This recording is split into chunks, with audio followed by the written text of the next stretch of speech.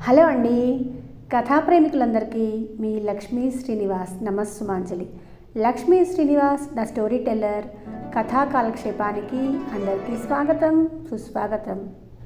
కథా ప్రేమికులందరికీ ఒక small request అండి. మన ఛానల్లో చాలా మంచి కథలు, నావెల్స్ చాలా ఉన్నాయి. ఒక్కసారి కొంచెం టైం తీసుకొని మన ఛానల్లో కథలు విని మీకు నచ్చినట్లయితేనే తప్పకుండా ఛానల్ సబ్స్క్రైబ్ చేసుకొని మన కథలను లైక్ చేయండి. అలా చేసినట్లయితే అవి ఇంకొంతమందికి రీచ్ అయ్యి నాకు హెల్ప్ అవుతుందండి. ఓకేనా? నా ప్రజెంటేషన్ ఇంకా బెటర్గా ఉండటానికి మీరేమైనా సలహాలు, సూచనలు ఇవ్వాలనుకుంటే కమెంట్ సెక్షన్లో నాతో ఇంటరాక్ట్ అవ్వండి. సరేనా? కథలోనికి వెళ్దాం. ఈనాటి కథ జీవించు నీకోసమే. రాసిన వారు శ్రీపతి లలిత గారు. నా మాటల్లో వినేద్దాం కథని. అక్కయ్య, మా వసు కొడుకు పెళ్ళి మీ ఊళ్ళోనేగా.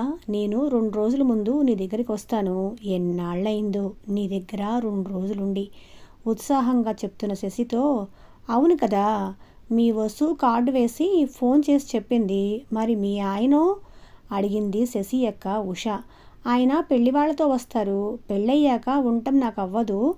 మళ్ళీ వ్రతానికి హైదరాబాద్ వచ్చేయాలి కదా, అందుకే ముందే వద్దామని. స్టేషన్ నుంచి నేను వచ్చేస్తానులే, ఎవరూ రావద్దు ఆక్కుండా చెప్తున్న శశితో. అలాగే, రైలు ఎక్కగానే ఫోన్ చెయ్యి అంటూ ఫోన్ పెట్టేసింది ఉష. తాను వస్తున్నా అని చెప్తే ఎంతో ఆనందపడుతుంది అనుకున్న అక్క ఏదో నీరసంగా సరే అందేంటి అనిపించినా అంత పట్టించుకోలేదు శశి. శశి, ఉష అక్కా చెల్లెళ్ళు. ఉషా భర్త సూర్యం ఆంధ్ర యూనివర్సిటీలో ప్రొఫెసర్గా రిటైర్ అయ్యారు. వైజాగ్ లాసన్స్ బేలో ఇల్లు, మంచి పెన్షను, పిల్లలు అమెరికాలో సెటిల్ అయ్యారు. శశి భర్త చంద్రం రాష్ట్ర ప్రభుత్వంలో మామూలు స్థాయిలో చేసి రిటైర్ అయ్యాడు. శశి కూడా కాలక్షేపం కోసం దగ్గరలో ఉన్న స్కూల్లో టీచర్గా చేరి ప్రిన్సిపాల్గా రిటైర్ అయ్యింది. సైనిక్పురి దగ్గర చిన్న ఇల్లు కట్టుకున్నారు. వాళ్ళ పిల్లలు ఇద్దరూ హైదరాబాద్లోనే విడిగా ఉంటారు. వసు అనబడే వసుంధర శశి ఆడపడుచు. ఆమె కొడుకు పెళ్ళి వైజాగ్లో అవుతుంది. అక్క చెప్పినట్లే శశి ట్రైన్ ఎక్కే ముందు ఫోన్ చేసి చెప్పింది. ఉదయం రైలు దిగ్గానే ఆటోలో అక్క ఇంటికి వెళ్ళింది. శశి వెళ్ళేసరికి 7 అవుతుంది. ఆటో దిగుతుంటే ఉష చీపురు పట్టుకుని గుమ్మం దగ్గర చిమ్ముతుంది. చెల్లిని చూడంగానే ప్రేమగా రావే అంటూ లోపలికి పిలుచుకెళ్ళింది. ఇంట్లో అడుగు పెడుతూనే దడుచుకుంది శశి. హాల్లో సోఫాల నిండా బట్టలు కుప్పలు కుప్పలుగా ఉన్నాయి. మధ్యలో టీపాయ్ మీద న్యూస్ పేపర్ల కుప్పలు. ఎక్కడ కూర్చోవాలో తెలియలేదు. తన బ్యాగ్ ఒక పక్కన పెట్టి డైనింగ్ టేబుల్ దగ్గర కుర్చీలో కూర్చుందామని చూస్తే అంతా మెతుకులు, చెత్త. అదేమీ పట్టించుకోకుండా వంటింట్లోకి వెళ్ళి కాఫీ పెడతాను అంటూ ఉష ఒక కుర్చీ లాగి పక్కనే ఉన్న టవల్తో తుడిచి శశిని కూర్చోమంది. శశికి కాఫీ ఇచ్చి బయటికి వెళ్ళి ముగ్గు వేసి గబగబా బట్టలు మెషిన్లో వేసి వచ్చి వంట మొదలుపెట్టింది. ఉషని హఠాత్తుగా ఎవరైనా చూస్తే ఆమె పని మనిషి అనుకుంటారు. వెలిసిపోయిన చీర, వదులుగా వేళ్లాడుతున్న జాకెట్టు, రేగిన జుట్టు. ఫ్రిడ్జ్లో నుంచి కూరలు తీస్తూ భోజనాలు త్వరగా చేద్దాం, టిఫిన్ చెయ్యను అంటే ఆకలిగా ఉన్న శశి సరే అని బావగారెక్కడా అని అడిగింది. వాకింగ్కి వెళ్ళి అట్నుంచి మా అపార్ట్మెంట్ దగ్గర ఏదో రిపేర్ ఉంటే చేయిస్తాను అన్నారు, 1 గంటలో వస్తారు అంది. కూరలు నేను తరుగుతాలే అక్క, నువ్వు స్నానం చేసిరా అంటూ శశి కూరలు అందుకుంది. ఉష స్నానం చేసి వచ్చేలోగా పనమ్మాయి వచ్చింది. ఇంకా ఉష ఆమె వెనకాలే తిరుగుతూ ఇక్కడ తొడవలేదు, గిన్నెలు సరిగ్గా కడగలేదు అని ఒకటే నస. నువ్వు ఇచ్చే జీతానికి ఇదే ఎక్కువ అంటూ ఆ అమ్మాయి విరుపులు. విచిత్రంగా అనిపించింది శశికి. ఆ అమ్మాయి వెళ్ళాక సగం పని ఉషే చేస్తుంటే ఎందుకక్క అన్నీ నువ్వు చేస్తావు, ఆ అమ్మాయి చేతి చేయించు అంది శశి. 1000 జీతాలు కావాలి వాళ్ళకి, మా ఇద్దరికి ఏమంత పని, నాకు ఏదో ఎక్సర్సైజ్ ఉండాలిగా అంటూ వంట ముగించింది. ఉన్న 2 రోజుల్లో శశి గమనించింది ఏమంటే అక్క ప్రతి పైసా లెక్క చూడటం, పెన్షన్ మీద బతకాలి అంటూ ఏది చౌకో అది తినటం, మంచి బట్టలు లోపల పెట్టి పాతవి తీసి అవే కట్టుకోవటం, ఆఖరికి కారు తీయాలంటే పెట్రోల్ ఖర్చు అని బావని బస్సులో తిరగమనటం. శశికి అనుమానం వచ్చింది. నిజంగా వీళ్ళు డబ్బుకి ఇబ్బంది పడుతున్నారా అనిపించింది. అవకాశం దొరికినప్పుడు బావగారిని అడిగింది. బావా, నే అడిగానని ఏమీ అనుకోకండి, మీకు డబ్బు ఇబ్బంది ఏమన్నా ఉందా? నువ్వింకా అడగలేందేంటి అనుకున్నాను శశి. దేవుడి దయ వల్ల మాకు ఇబ్బంది లేదు. నా పెన్షన్ దాదాపు 1,00,000 వస్తుంది. పిల్లలు మాకు వద్దన్నా వినకుండా 2 ఫ్లాట్లు కొంది మీ అక్క.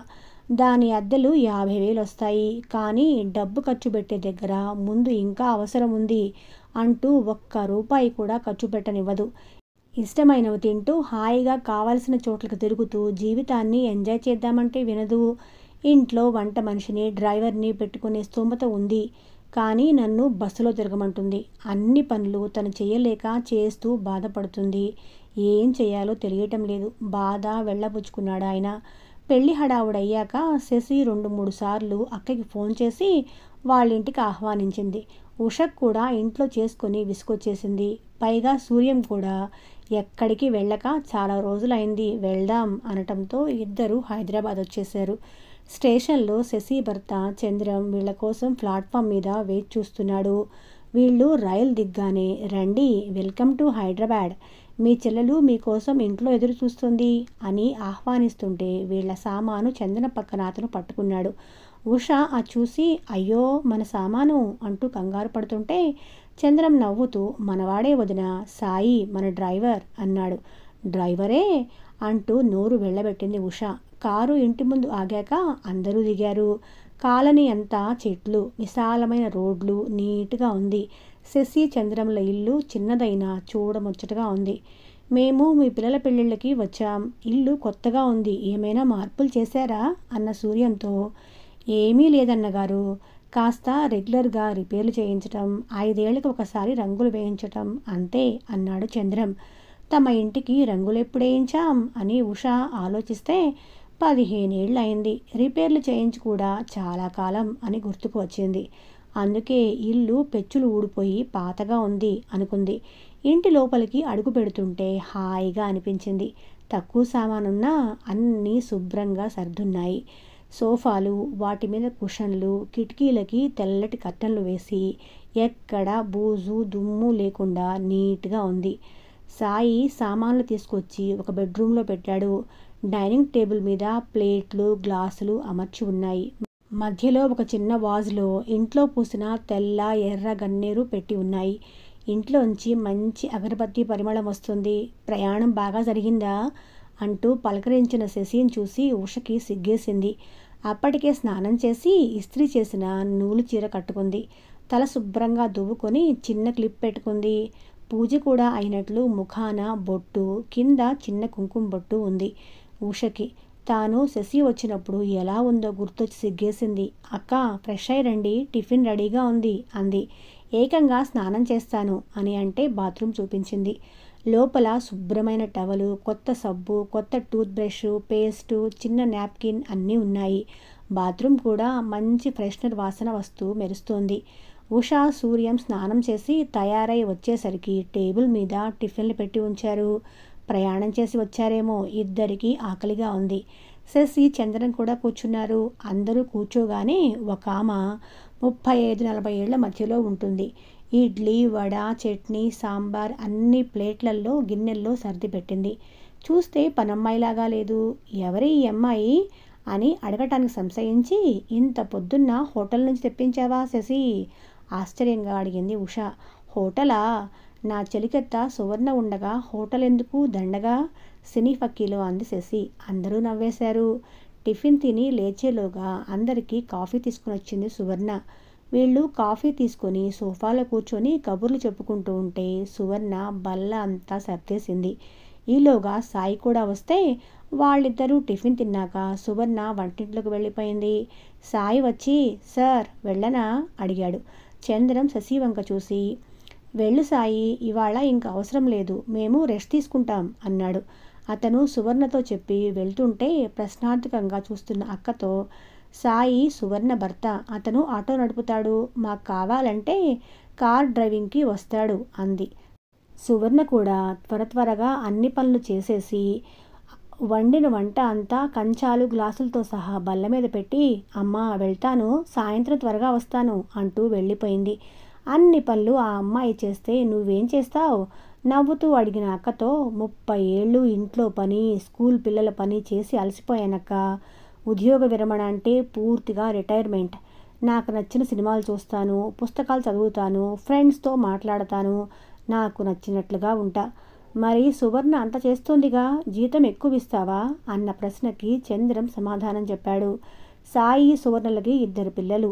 వాళ్ళు శశి స్టూడెంట్స్, చాలా బాగా చదువుకుంటారు. మొదట సువర్ణ మా దగ్గర పనిలో చేరినప్పుడు వాళ్ళకి ఈ స్కూల్లో చదివించే శక్తి లేక గవర్నమెంట్ స్కూల్లో చదివించేవాళ్ళు. శశి తన స్కూల్ వాళ్ళతో మాట్లాడి ఫీజు తక్కువ చేయించింది. ఈ ఫీజు కూడా శశే కట్టేది. ఇప్పుడు సువర్ణ కూతురు బీటెక్ చేసి విప్రోలో ఉద్యోగం, కొడుకు ఎంబీబీఎస్ 3వ సంవత్సరం. ఇప్పటికీ వాడి చదువుకి సాయం చేస్తుంది. సువర్ణ జీతం వేరే, నెలకి 10,000 అన్నాడు. కళ్ళు తేలేసింది ఉష. 10,000? మీ ఇంట్లో డబ్బులు చెట్టుకు కాస్తాయా? ఎగతాళిగా అడిగింది. చెట్లకి ఏం కాస్తున్నాయో చూసావా అక్క? మా ఇంట్లో అన్ని కూరలు, పళ్ళు కాస్తాయి. ఆ పని కూడా సువర్ణే చేస్తుంది. ఉదయం ఇంట్లో కాఫీ నుంచి అన్ని పనులు తానే చేస్తుంది. సరుకులు చూసుకొని కావాలంటే తేవటం, బట్టలు సర్ది అవసరమైనవి ఇస్త్రీకి ఇవ్వటం, ఒకటేమిటి సమస్తం చేస్తుంది. మా పిల్లలు శని, ఆదివారాలు ఇక్కడికి వస్తే వాళ్ళకి ఇష్టమని కారపూస, బూందీ లాంటివి చేసి డబ్బాల్లో ఇస్తుంది. అసలు సువర్ణ ఒక్క పూట రాకపోతే నాకు గడవదు. ఆ అమ్మాయి మా ఇంట్లో ఒక భాగం. పిల్లల పెళ్ళిళ్ళకి, పురుళ్ళకి ఎంత చేసిందో చెప్పలేను. సాయి ఆటో కొనుక్కున్నాడు, కానీ మేము ఎప్పుడు రమ్మంటే అప్పుడు వస్తాడు. డబ్బులు అడగడు, ఇచ్చినా తీసుకోడు. అందుకే అన్నీ కలిపి సువర్ణ జీతం అంతా అంది శశి. మరి మీకు వచ్చే పెన్షన్? ఉషా నసుకుతుంటే, మా 2 పెన్షన్లు కలిపినా బావగారి కంటే తక్కువే అక్క, కానీ మాకు సరిపోతుంది. మేము పిల్లల్ని అడగము, వాళ్ళకి మేము ఇవ్వం. వాళ్ళు సంపాదించుకుంటున్నారు, వాళ్ళ ఖర్చులు వాళ్ళు చూసుకుంటారు. మెడికల్ ఇన్సూరెన్స్ ఉంది. రిటైర్ అయినప్పుడు వచ్చిన డబ్బులు మా పేరు మీదే డిపాజిట్ చేశాం. ఎమర్జెన్సీకి ఉంటాయి. ఇప్పుడు మేము డబ్బు ఆదా చేసి ఎవరికి ఇవ్వాలి? దాన ధర్మాలు చేసినా, ఎక్కడో అనాథాశ్రమానికి ఇచ్చినా, ఒక పూట తిండి, 4 పాత బట్టలు ఇచ్చినా ఏమవుతుంది? మన ఇంట్లో పనిచేస్తున్న వాళ్ళు కూడా పేదవాళ్లే. సాయం చేస్తే వీళ్ళ బతుకులు బాగుపడతాయి. దానికి తగిన ఫలితం మనం కళ్ళారా చూడవచ్చు. మనం డబ్బు దాచి పిల్లలకి ఎంతనిస్తాం? దానికి లిమిట్ ఏముంది? చదువు చెప్పించాం, వాళ్ళు సంపాదించుకుంటే వాళ్ళకి డబ్బు విలువ తెలుస్తుంది. శశి చెప్పింది విని సూర్యన్ కూడా, నువ్వు చెప్పింది 100% నిజం శశి. ఎక్కడికో వెళ్ళి తెలియని వారికి సాయం చేసే కంటే నీ ఎదురుగా ఉన్న వీళ్ళకి చేయటం కరెక్ట్ అన్నాడు. ఈ మాటలు విని ఉష ఆలోచనలో పడింది. శశికి కావాల్సింది కూడా అదే. భోజనాలు అయ్యాక అందరూ కాసేపు విశ్రాంతి తీసుకొని లేచారు. మళ్ళీ సువర్ణ వచ్చి పకోడీలు వేసి టీ పెట్టి సాయంత్రం వంట కూడా చేస్తుంది. శశి వైజాగ్లో ఉన్న కాసేపు తను ఇంటి పనని, వంట పనని ఒక్క నిమిషం కూర్చొని కబుర్లు చెప్పకుండా విసుగ్గా తిరిగిన విషయం గుర్తుకొచ్చింది ఉషకి. అదే శశి చక్కగా తమతో కూర్చొని స్థిమితంగా కబుర్లు చెప్తోంది. సాయంత్రం స్నానాలు చేసి బయట కుర్చీలు వేసుకొని కూర్చున్నారు నలుగురు. సువర్ణ చెట్లల్లో పాదులు సరిచేసి ఆకులు తీసి శుభ్రం చేసింది. సన్నజాజి పూలు కోసి శశికి ఇస్తే దండ కట్టి అక్కకి ఇచ్చి తాను పెట్టుకుంది. వీళ్ళు కబుర్లు చెప్పుకుంటూ ఉంటే బయట మోటార్ సైకిల్ ఆగింది. ఒక అబ్బాయి, అమ్మాయి లోపలికొచ్చారు. గుడ్ ఈవినింగ్ టీచర్ అంటూ. సువర్ణ పిల్లలు జ్యోతి, దీపు అంటూ పరిచయం చేసింది శశి. దీపు అన్న అతను చంద్రం చేయి పట్టుకుని పల్స్ చూస్తూ, మందు వేసుకున్నారా? బీపీ కొంచెం ఎక్కువగా ఉంది. చుట్టాలు వచ్చారని అన్నీ పెట్టేస్తున్నారా టీచర్ అంటూ శశి వంక చూశాడు. పర్లేదులే దీపు, ఒకరోజు తింటే ఏమీ అవ్వదు మీ సారుకి, వదిలేయి అంది. ఈ మధ్య చంద్రానికి కొంచెం బీపీ పెరిగింది. పిల్లలు దీపుకి అప్పచెప్పారు. తనేమో మరీ స్ట్రిక్ట్. నవ్వుతూ అంది శశి. బల్ల మీద పకోడీలున్నాయి, ఇద్దరూ తినండి. దీపు, నీకు పరీక్ష ఉన్నట్లుంది రేపు, ఇంటికెళ్ళి శ్రద్ధగా చదువుకో అన్న శశిని చూసి, అలాగే టీచర్ అంటూ లోపలికి వెళ్ళారు ఇద్దరు. ఇది అంతా వింతగా ఉంది ఉషకి. ఇదేంటే తల్లి, ఆ కుటుంబం మొత్తాన్ని నువ్వే పోషిస్తున్నావా? ఈ రకంగా దోచిపెడుతున్నావు అంది ఉష. దీపు ఉండబట్టి మొన్న చంద్రానికి ప్రమాదం తప్పింది. సరిగ్గా సమయానికి హాస్పిటల్కి తీసుకెళ్ళాడు. లేకపోతే తనకు పెరిగిన బీపీకి హార్ట్ అటాక్ వచ్చేది. మా పిల్లలు ఇక్కడే ఉన్నా వాళ్ళ ఆఫీస్ పనులు వాళ్ళవి. అదీగాక సువర్ణ కుటుంబం మమ్మల్ని చూసుకుంటారని ధైర్యం. మాకు కూడా పిల్లల దగ్గర ఆ హడావుల్లో ఉండే కంటే ఇక్కడ ప్రశాంతంగా ఉండటమే ఇష్టం. కుదిరినప్పుడు మేము వెళ్తాం, వాళ్ళు వస్తారు. ఓపిక ఉన్నంత వరకు ఇలా ఉంటేనే నయం. నేను చెప్పానని బాధపడకు గానీ మొన్న వచ్చినప్పుడు చూశాను. పని ఆమెకి ఇంకో 1000 ఇవ్వాలని. అన్ని పనులు నువ్వే చేసుకొని అలసిపోతున్నావు. మంచి చీరలు పాడైపోతాయని బీరువాలో పెట్టి పిచ్చివి కట్టుకుంటున్నావు. ఎప్పుడు కట్టుకుంటావు అవన్నీ? నిజంగా మనకి ఏమన్నా అయితే అవన్నీ ఎవరికో పంచేయటమేగా. మీ కారులో తిరిగే స్తోమత ఉంది. కానీ బావగారిని బస్సులో వెళ్ళమంటావు. ఆయనకు కూడా వయసు పెరిగి ఓపిక తగ్గలేదా? కూరలు ఇంటి పక్కనే పెద్ద షాప్లో రేట్ ఎక్కువని మార్కెట్కి పంపుతావు. ఇద్దరికి ఎంత ఎక్కువ? పక్క షాపు వాడు కూడా బతకాలి కదా. మీ పిల్లలు అమెరికాలో సెటిల్ అయ్యారు. నువ్వు కొన్న ఆ ఫ్లాట్స్ వాళ్ళకి అక్కర్లేదు. నువ్వు ఉన్నన్ని రోజులు వాటిని చూస్తావు. తర్వాత ఎలాగూ అమ్మేసేదే. ఆ మాత్రానికి రిపేర్లు అది ఇది అని నువ్వు ఎందుకు అంత హైరాణ పడతావు? కావాలంటే ఆ ఫ్లాట్లో నువ్వుండు. పెద్ద ఇల్లు. చేయలేము అంటే అమ్మేసేయండి. రూపాయి రూపాయి కూడబెట్టి అవసరం లేని పిల్లలకి ఇచ్చే కంటే ఆ డబ్బుతో నువ్వు బావగారు హాయిగా సుఖపడండి. కావలసిన ప్రదేశాలకి తిరగండి. దాన ధర్మాలు చేయండి. ఇలా అవసరమున్న పేద పిల్లలను చదివిస్తే పుణ్యం పురుషార్థం. నేను ఈ మధ్య శ్రీ మహేష్ పాయి రాసిన ఒక వ్యాసం చదివాను. Indian senior citizens are dying rich but not living rich అని. దాని ప్రకారం మన ఇండియాలో ఉన్న వయోవృద్ధులు చాలామంది డబ్బు ఉన్నా ఖర్చు పెట్టగా పేదగా బతికేసి చనిపోయాక ఆ ధనం పిల్లలకి ఇవ్వాలని దాస్తున్నట్లుగా తెలుస్తుంది. ఆదా చేయటం, ఆస్తులు ఏర్పరచుకోవటం మంచిదే, చెయ్యాలి కూడా. కానీ ఆ ఆస్తులు నువ్వు అనుభవించకుండా ముందు తరం కోసం దాచటం అవివేకం. పిల్లలకి ఇవ్వాల్సిన ఆస్తి ఇచ్చేయి. అది ఉంచుకుంటారా అమ్ముకుంటారా అనేది ఇంక వాళ్ళిష్టం. నువ్వు దానికి కాపలాదారుగా ఉండద్దు. జీవించినంతకాలం హాయిగా ఉండు. నువ్వు తిను, నలుగురికి పెట్టు. ఎవరి సంతోషం కోసమో కాదు, నీ తృప్తి ఆనందం కోసం నువ్వు జీవించు. నువ్వు కూడబెట్టిన డబ్బును నువ్వే అనుభవించు. ఆగి అక్కవంక చూసింది శశి. తను అంటున్న దానికి కోపం వచ్చిందేమో అనుకుంటూ. నిజమే శశి, పిల్లలు కూడా ఇదే చెప్తారు. మా సంపాదన మాకు చాలు. ఉన్న డబ్బుతో మీరు హాయిగా సుఖపడండి అని. నిన్ను చూశాక నాకు అనిపిస్తుంది. 100కి 1000కి లెక్క చూసుకొని కష్టపడటం నిజంగా అవసరమా అని. ఒక్కసారిగా మారిపోవటం కష్టమే. కానీ నెమ్మదిగా మా సుఖానికి డబ్బు ఖర్చు పెట్టుకోవటం మొదలు పెడతాను అన్న ఉషని చూసి, చంద్రం, ఇక్కడేదో పెద్ద మాల్ ఉందంట. రేపు అక్కడికి వెళ్ళి 4 జతల బట్టలు షూసు కొని దారిలో హోటల్లో భోంచేసి అంటున్న సూర్యాన్ని మధ్యలోనే ఆపి, మొన్ననేగా ఒక షర్ట్ కొన్నారు, ఇప్పుడు అవసరమా? కోపంగా అంటున్న ఉషని బిత్తరపై చూస్తున్న సూర్యాన్ని చూసి పకపకా నవ్వింది ఉష. ఆమెతో జతకలిపారు ఇద్దరు. నిజమే కదండి. జీవితం చర్మాంకంలోకి వచ్చేదాకా పిల్లల కోసమే కష్టపడతాము. వాళ్ళ సుఖం సంతోషం కోసమే ఆస్తులు కూడబెడతాం. తర్వాత చర్మాంకంలో కూడా మన కోసం ఖర్చు పెట్టుకోకపోతే, మనల్ని మనం చూసుకొని మనం ఆనందంగా జీవించకపోతే ఇక మన జీవితం ఎందుకు? వృధా కదా. కథ చాలా నచ్చిందండి నాకు. మీకెలా ఉందో తప్పకుండా కమెంట్ సెక్షన్లో నాతో షేర్ చేసుకోండి.